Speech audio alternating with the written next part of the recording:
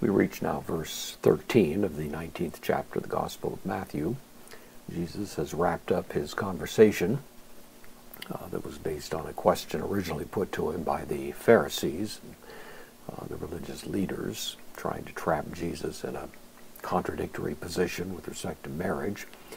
Jesus follows up in a conversation with the disciples, and now, as if to continue the theme that is connected to family, and so on, we have Matthew inserting this little pericope that has to do with children being brought to Jesus for a blessing. The fruit of marriage is in view here. So we have tota, indeclinable adverb, then, prosenekthesan, from prosphero, to bring to, third person plural, aorist active indicative.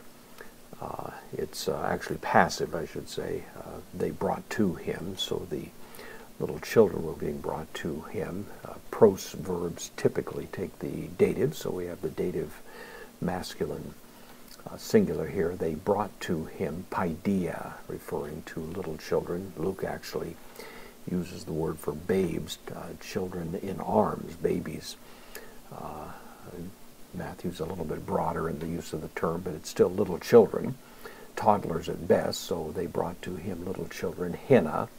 In order that, this will take the subjunctive, and here we have the subjunctive, so in order that, tas kairos, the hands, epithe, from epitithemi, to place or to put. This is to place upon autois, them, these little children, his hands, and then kai, prosouzetai, from proseukomai.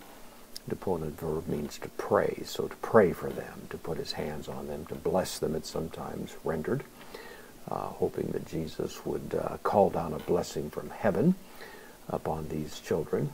This is the aorist middle and form, active in meaning, third person singular, that he might pray for them. But hoi da mathetai, but the disciples, epitimesan, from epitimao. Timao means to honor. The epi kind of reverses the sense. To reject them, to rebuke them is the idea. In some ways you might say to dishonor them, although that's not quite a good fit, but that's the idea. But the disciples rejected them, or censured them, or criticized them, rebuked autois them.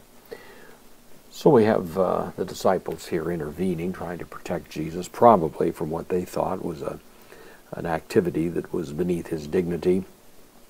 Children weren't held in quite as high esteem then as they were or are now, and so that may be what was driving their concern. But of course, Jesus, having elevated dramatically the status of women in the preceding statement, now is in a sense elevating the status of children as well, who are especially the concern of the mothers. And so it's an interesting extension and really a deep connection to what he's just been saying.